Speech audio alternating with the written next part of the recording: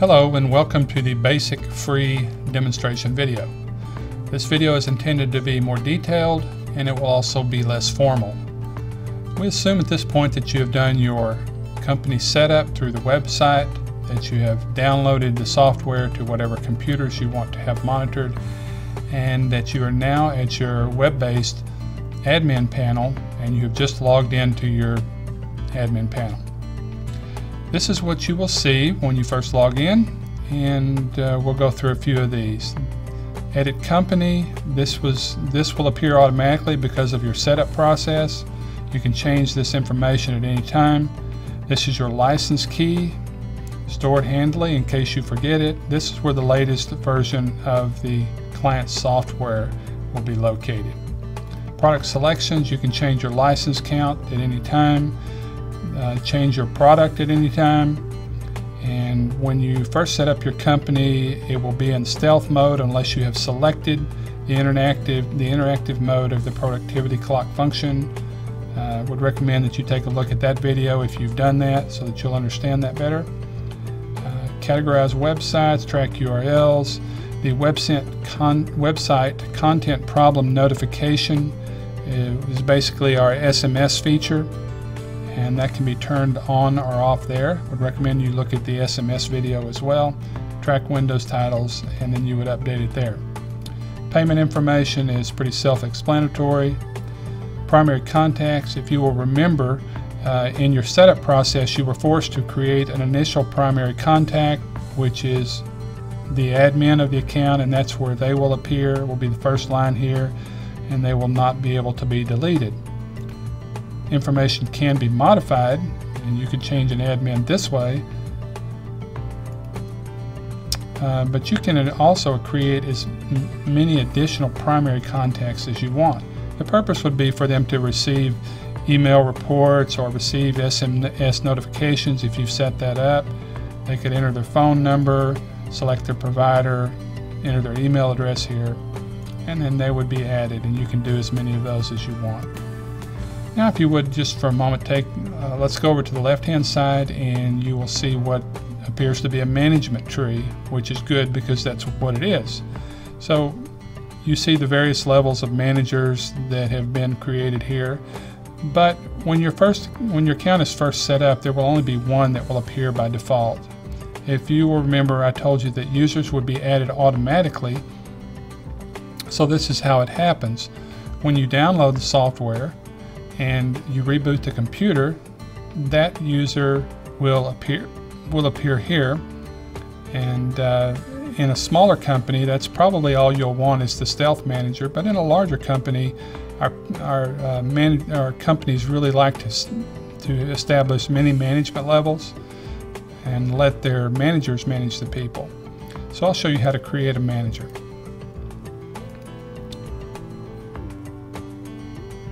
Okay, I'm going to go ahead and create one.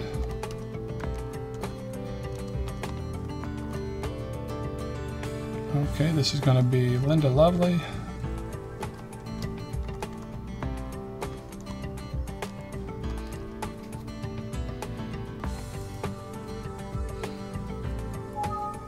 Okay, you see an email message was sent to Miss Lovely, and it gave her that login information that you as the admin just put in. Now Miss Lovely can log into her account and change that information at any time. So now what? Well, we might want to drag some of the users over to report to her, that the people that initially, that she will be responsible for managing. And so what happens is that when Miss Lovely logs in next time, the users that you drag over to her, she will be able to see, and she will be able to see those only. She will not be able to see all of the rest of them, so that she is responsible for managing her group of people. These right here are, this is the computer name and this is the Windows login name. Let's go ahead and take a look at some reports. This is activity by date, which is internet activity by date, and you would notice here that these are the dates and days of the week, and this is the total amount of time spent on the internet that day by that user. So let's take a look at something here. Got a number of things, number of websites. These are the main websites and the total amount spent there. This is okay. Let's take a look at another day. You see the same information. Got Craigslist, 16 minutes. Was one of the sites that hit on that day. If you don't recognize this, you can click on that and it brings up a management viewing browser and you can see the actual page that was viewed. See also here there's a banking site. I want to demonstrate this to you that if we go to the banking site, we're not actually going to log into that person's account. What we'll be brought to is the login page of the bank so that it remains secure for that user and from you, which is the way it should be and it's the way you'll want it to be. Activity by site.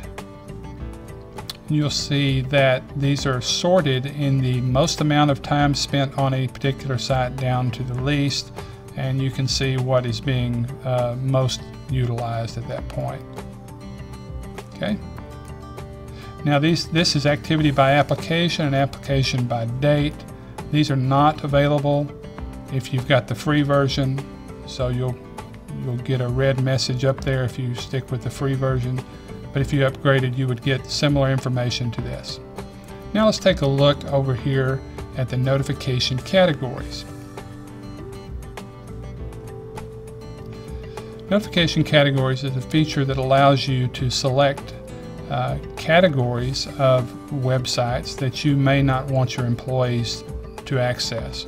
For instance, in this example, we have selected gambling, games, auctions, and sexuality. So what will happen is if any of your users access a site that matches with the database here, you will be sent an email message immediately and perhaps SMS if you've added that feature, and to let you know that there could be an issue, and you can log in and look and see if there is actually an issue. You can also do the same with specific websites. I'm going to add one here,